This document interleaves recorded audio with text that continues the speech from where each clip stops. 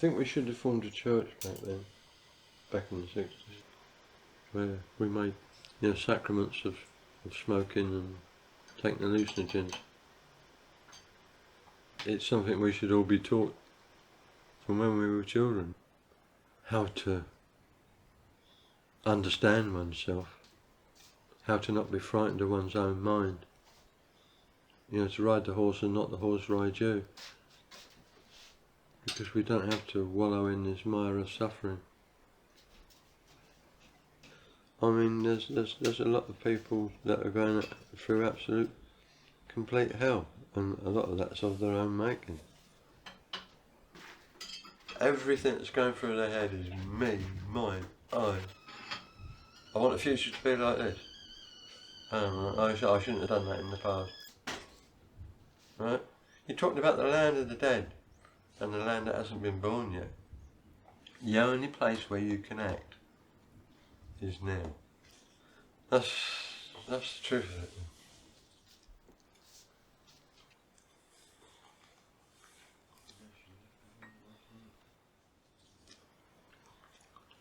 We've created all these conditions that we believe to be true, but they're not. We've just created them. In Buddhism, the experience is just to see it as it is, not to own it personally, because it's not yours. You just think it is. You need to let go of it. You need to put it in perspective.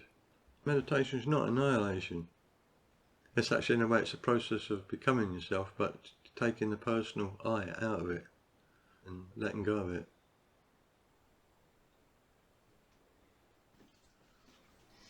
Yeah, there's lots of things that are a shame, yeah. But that's the way of it. You're kind of brought up with this idea that you're going to fall in love and that you're going to live happily with somebody ever after, and all this sort of business. And it's just a load of bollocks. For the most part. Relationships can be good. Or they can be bad.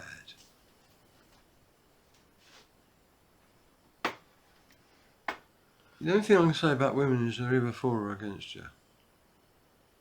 They either love you or they don't. And that's their choice. You just have to accept their choice. There's no point in living with a woman who doesn't love you, who's not your best friend. I don't agree with divorce.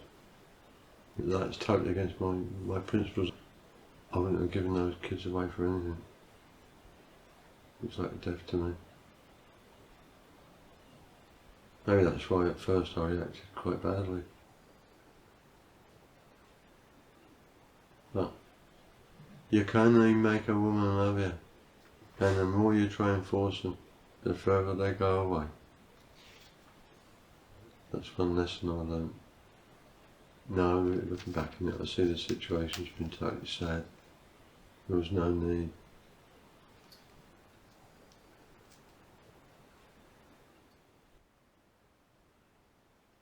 I wish things were different.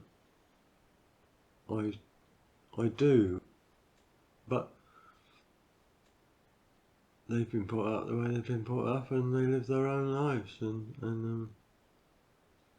I'm not going to try and mess around in that. I got constant sciatica down both legs. It's like somebody's got a drill and they're drilling down your legs. And I started getting bad twinges in my back, stabbing pains, and started falling over all the time. Just my legs giving way on me, and actually feeling like I had been stabbed in the back. And that's kind of constant. You can't ever learn off the good things.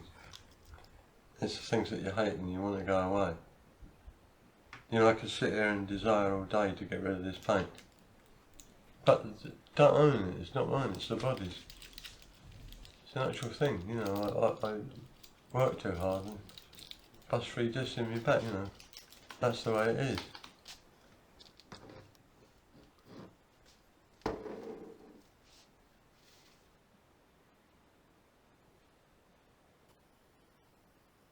I watched her die, I watched her die from bowel cancer, It wasn't something that was just I had some time to mentally prepare for it.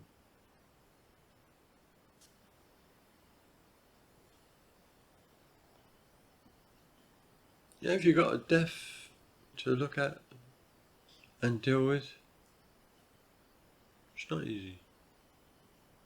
There is always an emotional thing there, but as I said, you've got to put it in the right perspective. So, you know, it's not a personal loss for you. If I'd taken her death personally, I would have probably gone to pieces. But every time I grieve for her, I ask myself the question, what are you grieving for? For what you've lost? I can't grieve about that, it was too selfish. Because I had to look after Lily. But when you're grieving, you think, oh, I've lost the woman I loved. That's negative, isn't it? It might be right, but it doesn't help me function in the now, does it? It doesn't help me do my best for what's around me, you know?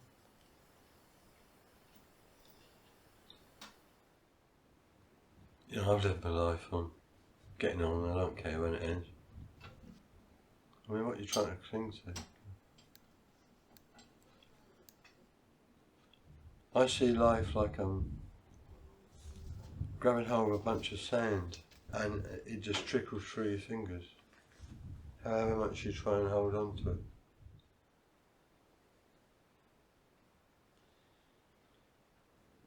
I have tried to spend my later life wisely, yeah. When I stopped being a complete idiot.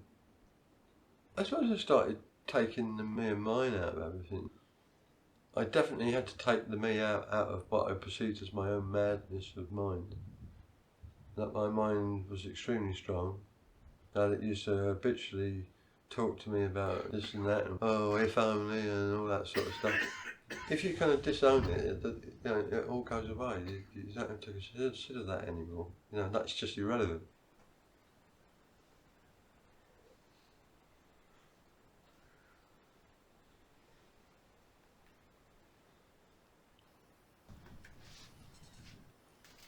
As people, we have these ideals, and we try and realise these ideals by changing the outer world, where it should be the inner world that we're firstly changing.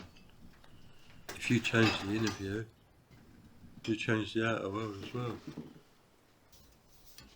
It's like another thing, if you try and get something, you always end up getting the opposite. I mean, if you try and make a woman love you, you know, she'll hate you. You know, that's a prime example.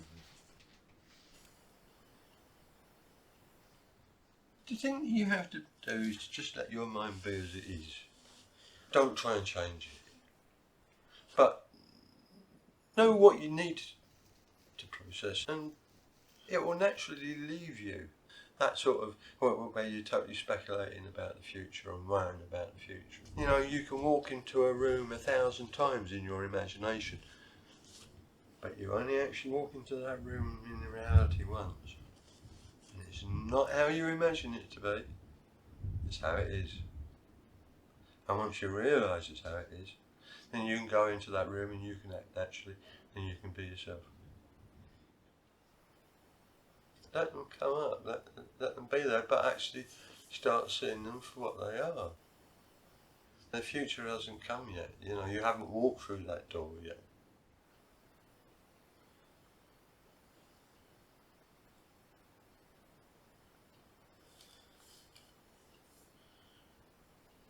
Yeah, I'm human, yeah, definitely. We're ignorant, we're limited in what we understand. The only thing you can do is to work to put yourself right.